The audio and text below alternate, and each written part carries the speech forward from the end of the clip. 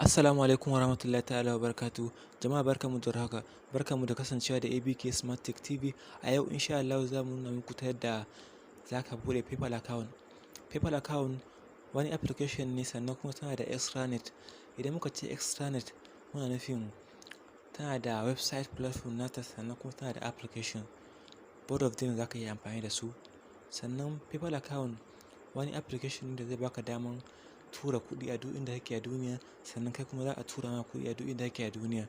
Misali, ka yi wa mutum wani aiki ne, shi ɗan US ne ko kuma ɗan India ne da sauransu, ka yi masa advertising ne ko kuma ka yi masa wani aiki ne ko kuma irin freelancer, irin kana freelancer hakan nan, ka je ka yi masa aiki zai biya ka $1, $2 da sauransu. $10, $15, $30 misali zai iya tura maka, zai ce maka to tura Gmail naka. Wannan Gmail da ka buɗe PayPal account da shi za ka tura masa, sannan shi kuma ya tura maka wannan kuɗi ɗin zuwa PayPal naka. Daga PayPal naka kuma za ka tura shi a bankin ka da yake so, a duk bankin da yake so a ƙasar ka za ka tura shi. Sannan kuma misali ko irin kana irin affiliate marketing misali ko online marketing haka nan misali kamar kwanakin baya na taɓa bidiyo akan wani website. Wannan website ɗin suna biya ne da dala. To da dalan ba sa biya sai da in kana da Zelle account ko kuma Venmo account ko kuma PayPal account. To idan kana da PayPal account, bayan ka gama kayi aiki da wannan website ɗin, idan za su biya ka misali $15, $20, $30. To za ka yi settling ɗin payment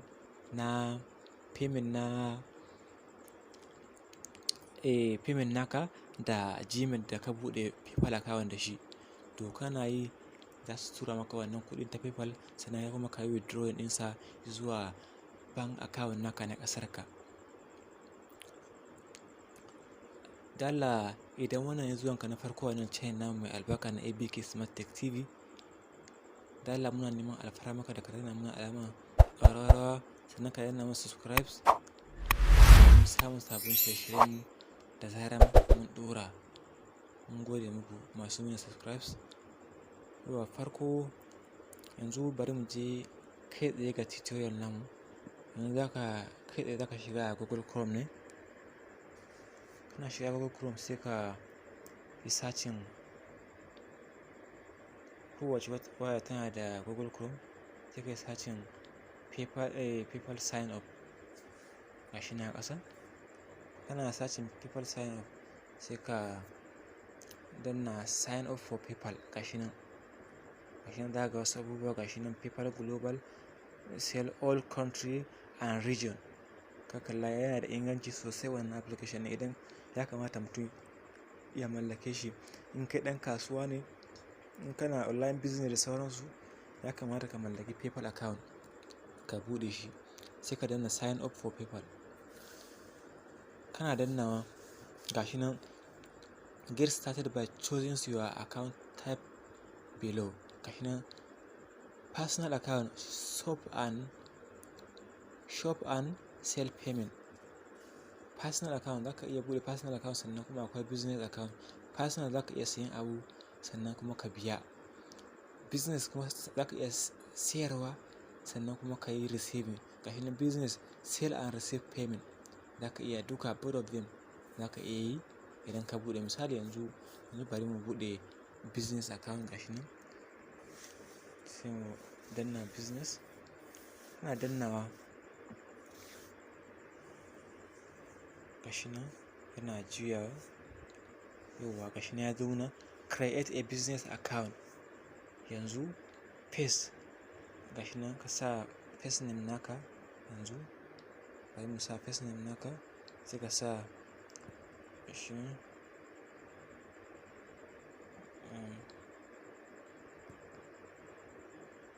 sai ka saka email naka.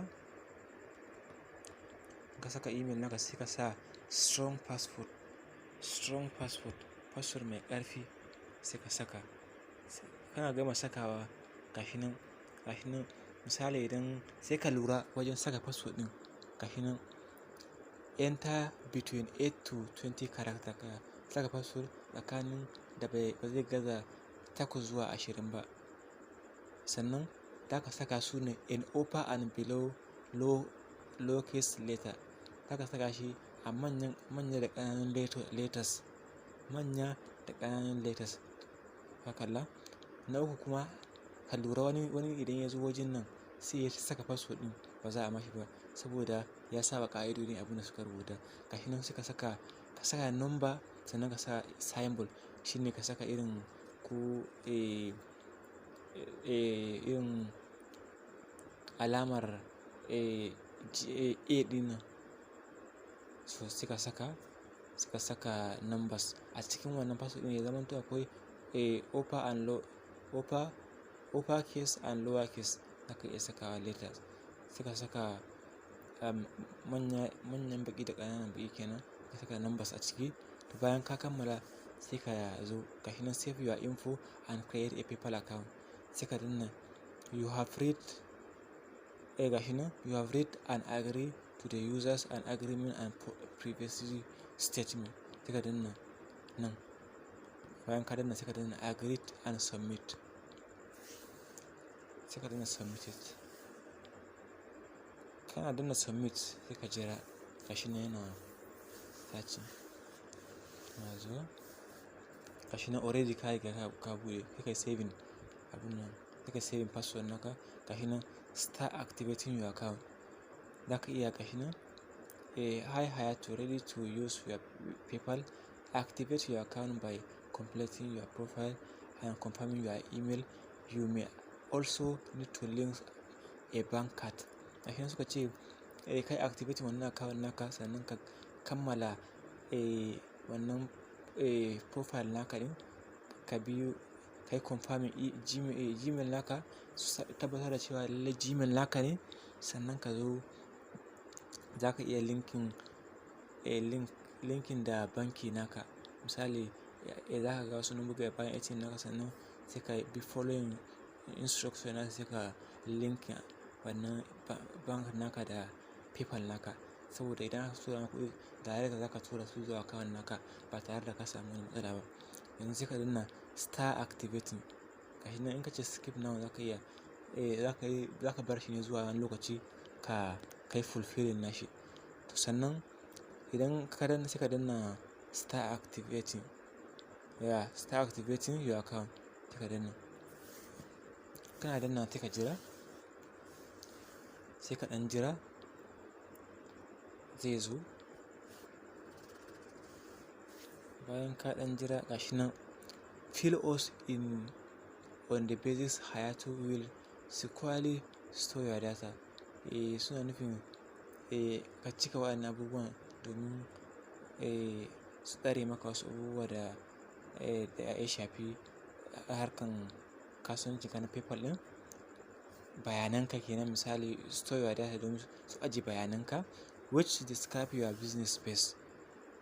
Suka ina tambaya menene abin da ya shafi kasuwancin ka, suka tambaya.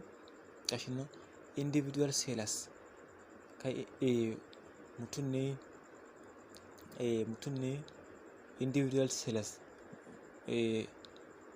kasuwanci na mutum ɗaya, misali sai da sayarwa na mutum ɗaya, including people who just sell on the site. Hakalla. Sai ka zo nan kuma inda ka rubuta business, you are a registered or company or non-profit. Wannan kuma business kuma na kuma misali abin da ya shafi kamfani da sauransu. To farko dai sun da individual sellers ne. Sai ka zo ka danna individuals. Sai ka danna individuals. Ka danna individuals. What is your business called? What your customer know by and what show up on their credit card statement. Just use your first and last name for now. Yanzu za ka yi amfani da first name naka da last name naka. Yes. Sannan nan sai ka zo what is your phone number. Sai ka danna, sai ka zaɓi country, ƙasa kenan. Ka zaɓi ƙasa, ga ƙasa yanzu muna Nigeria, bari ga Nigeria nan, sai ka ga number 1 ɗin nan.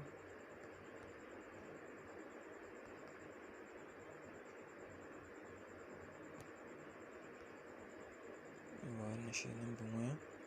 What is your address? Address naka, you can enter a business address or your home address, but not a PO box. Gashi nan sai ka danna street, gashi nan street and house number. Street misali mu misali mu Taraba Street,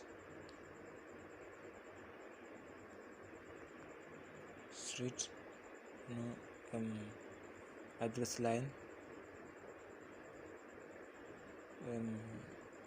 2,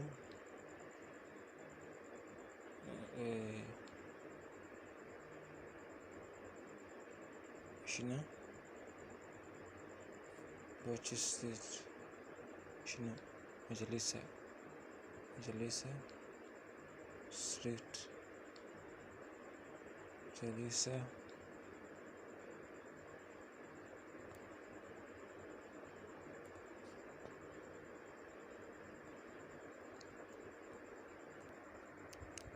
yowa zai zo maka gashi nan, tell us about your business, sai ka gashi nan, we will confirm your information to keep your account score. Yawa sai ka danna nan ka sa email naka domin su yi confirm email ɗin naka ne, sannan ka saka password naka.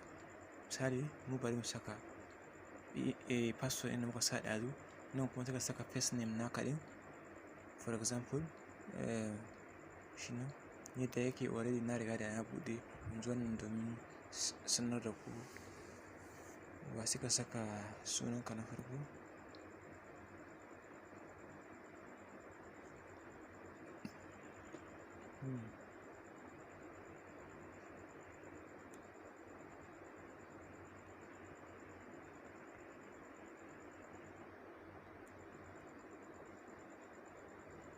yawa sai ka saka last name naka, sannan sai ka saka business detail naka, for example shi nan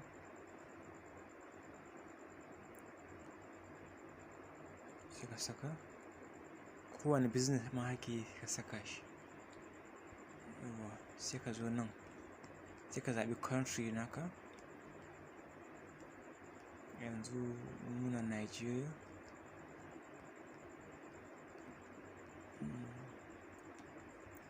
Nigeria, masacin Nigeria. Yawa idan ka saka kalar business naka sai ka zo nan sai ka saka number naka, bari mu saka number namu,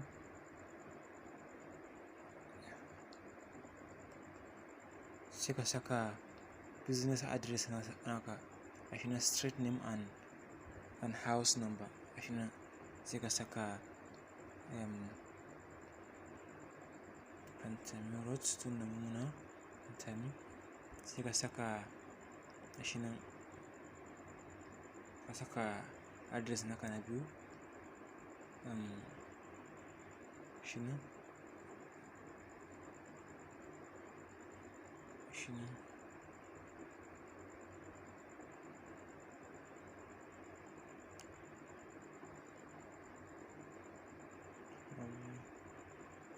street, sai ka saka city, mun saka Gombe State,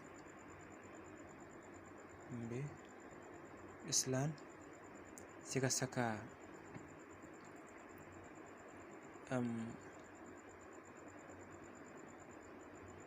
Gombe, mun saka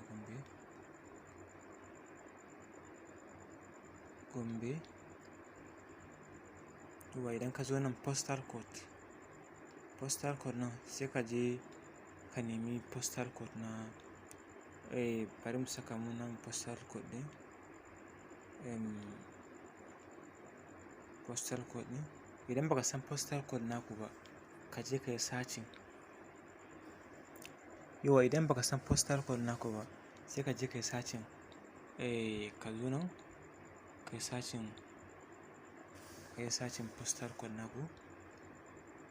Ka zo nan sai ka rubuta jihar da kake ko inda kake, rubuta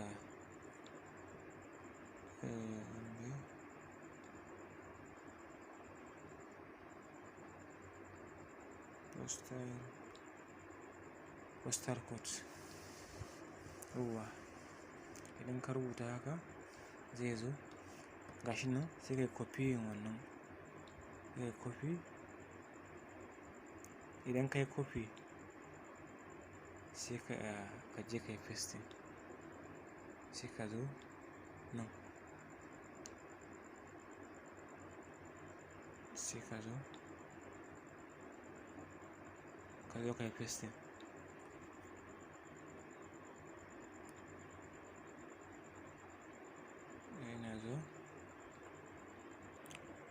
Yawa idan ka copy wannan postal code din sai ka zo nan sai kai pasting, nashi. Sai kai pasting nashi gashi nan zaka kamar haka ne postal code ne.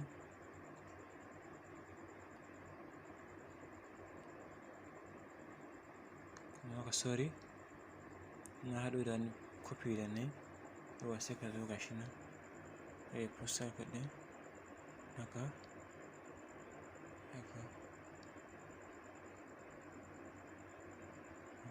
postal code ɗinsa sai gashi nan primary currency wani canji ne ake son kai amfani da shi.